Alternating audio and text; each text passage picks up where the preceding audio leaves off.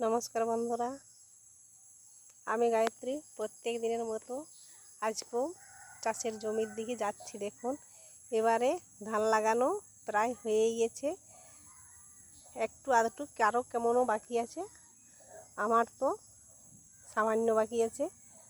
তাহলে এখন সবজি চাষের জন্য যে জায়গাগুলোতে চারা দেওয়া হবে সেই জায়গাগুলো ঠিকঠাকভাবে মাটিটা শুকনো হয়েছে কি হচ্ছে না তাই দেখতে আসছি। দেখতে থাকুন।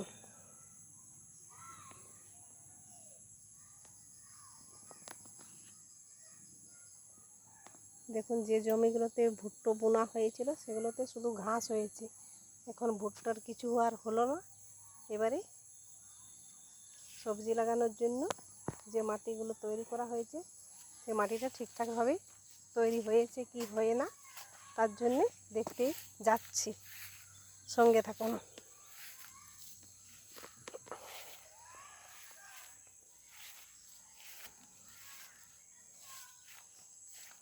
দেখুন বন্ধুরা, চাষ কিভাবে কত রকম প্রসেসভাবে করতে হয়।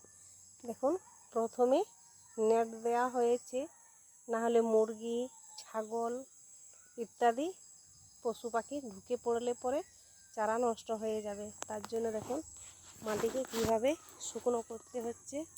প্রচণ্ড বৃষ্টির ফলে মাটির থেকে জল বেরোচ্ছে, তার জন্য এরকম প্লাস্টিক দিয়ে এইভাবে বানানো হয়েছে, ঠিক যাযাবরদের ঘরের মতন।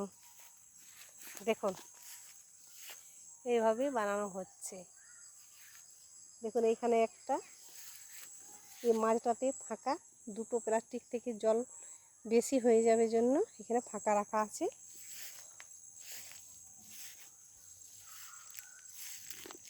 এই যে আবার এখানে একটা, দেখুন এটাতে কত ঘাস হয়ে গেছে।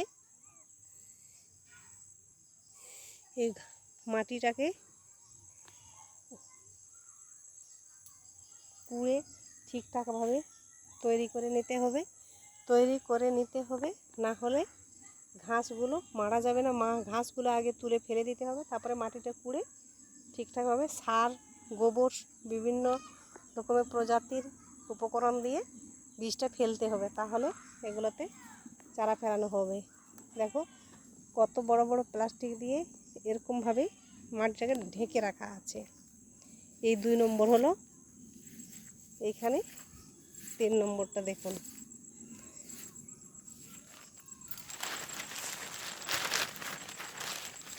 দেখুন এইখানে কিছুটা চারা দিতে বাকি রাখা আছে, আর কিছুটা জায়গায় চারা দেয়া হয়ে গেছে।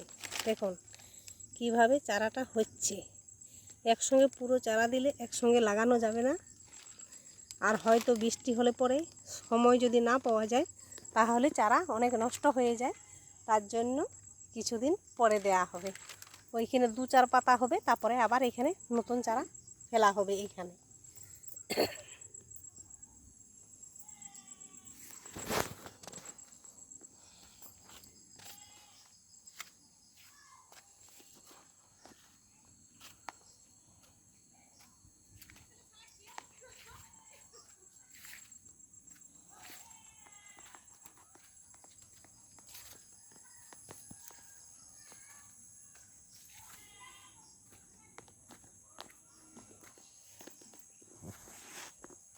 দেখুন, এইখানে এই যে এইভাবে চারাটা দেয়া হয়েছে। এখন একটু পাতলা পাতলা করে চারাটা ফেলতে হয়। ঘন হয়ে গেলে, এখন গরম, মাঝে মাঝে গরম থাকে, তাহলে গোড়ালিগুলো পচে নষ্ট হয়ে যায়। তার জন্য এরকম ফাঁকা ফাঁকাভাবে ফেলতে হয়। তার জন্য এখানে 3-3টা ভাটা তৈরি করে নেওয়া হয়েছে। নমস্কার বন্ধুরা, এখন এই পর্যন্ত কপি চারা এখন এতটাই দেওয়ার প্রসেস করা আছে। এখন কিভাবে চারা তুলতে পারা যায় তার উপরে নির্ভর। এখন এই পর্যন্তই, পরবর্তী ভিডিও আবার দেখতে পাবেন, সঙ্গে থাকবেন।